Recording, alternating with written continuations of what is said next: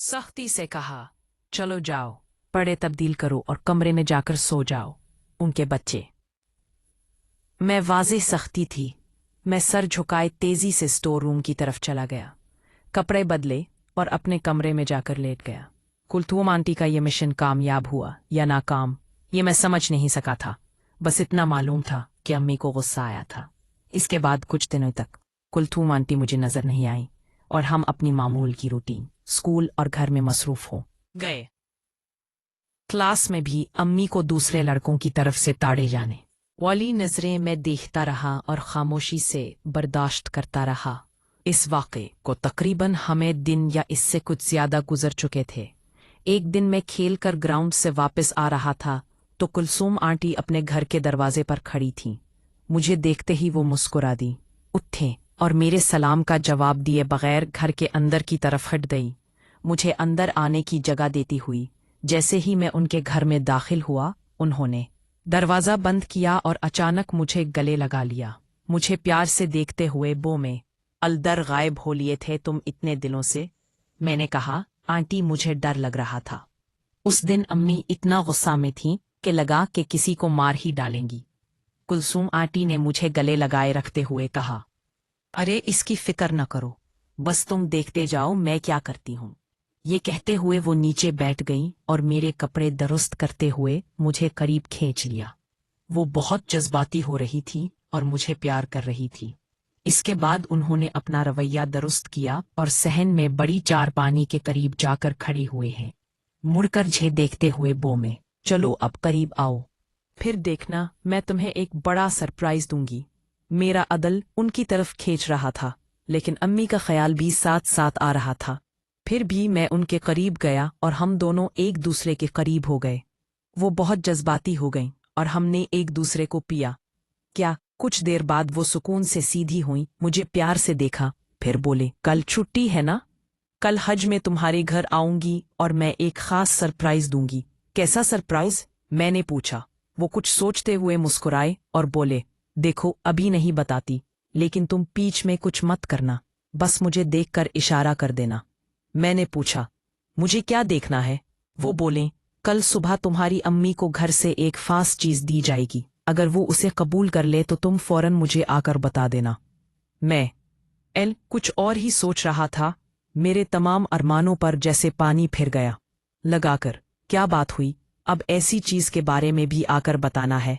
दिल ही दिल में ये बात मुझे बुरी लगी, लेकिन मैंने सर हिलाकर कहा, ठीक है आंटी, मैं बता दूंगा। आंटी तजर्बाकार थीं।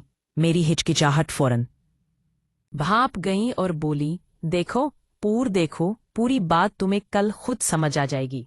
तुम बस ये जरूर कर देना करो, अगर वो लस्सी पी जाए तो समझ लेना कि कल तुम्हारी ईद है और तुम खुद भूल कर भी ना पीना।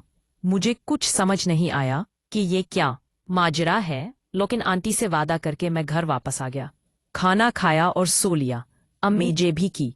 मैं जागा, नाश्ता लिया और फिर मैं ही बैठ लिया। दिल में बस यही था कि कब कोई आता है और क्या होता है। इसी इंतजार में इधर उधर घूमता रहा।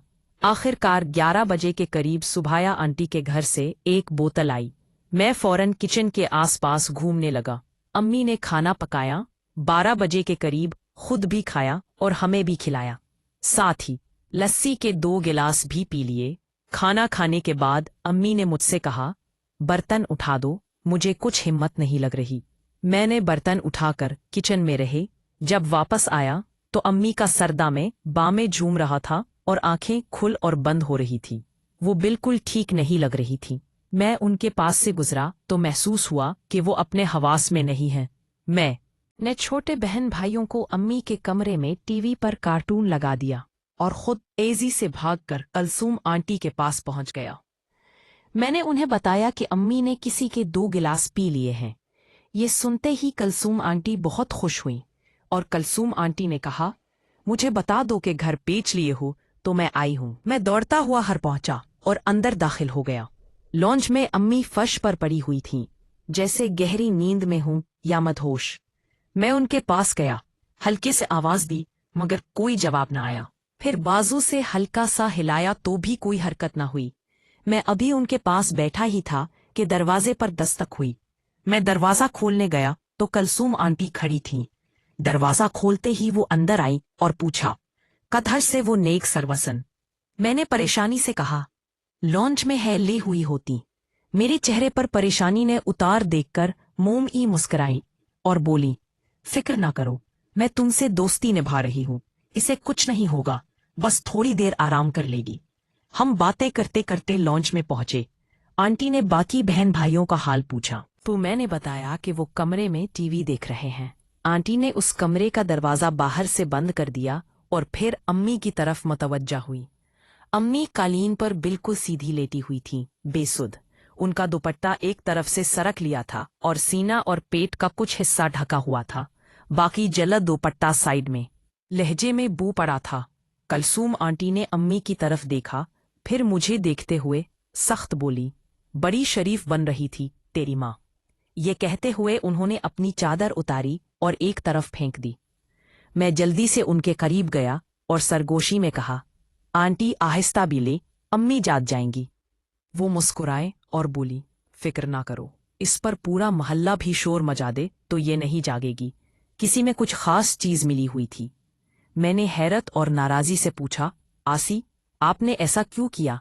अम्मी लो ऐसी चीज क्यों पिलाई? ये बात मुझे बहुत बुरी लगी थी, इसलिए मेरा लहजा खुद बखुद सख्त हो गया। आंटी ने मुझे गुस्से और हैरत से देखा और बोली, मैं ये सब तेरे लिए कर रही हूँ और तू मुझ पर ही नाराज हो रहा है।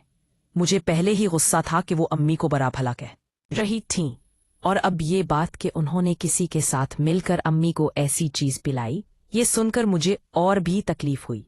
मैं घर का लाडला था, मुझसे कभी किसी ने इस तरह हत्ता से बात नहीं की थी, और ये सारी सूरत हाल मुझे बहुत अजीब और गलत लग रही थी। मैंने कहा, ठीक है, लेकिन आप जिस तरह बात कर रही हैं, बात ये जो फितरी तौर पर माँ के वजूद की तरफ खींचती थी, लेकिन माँ की बेइज्जती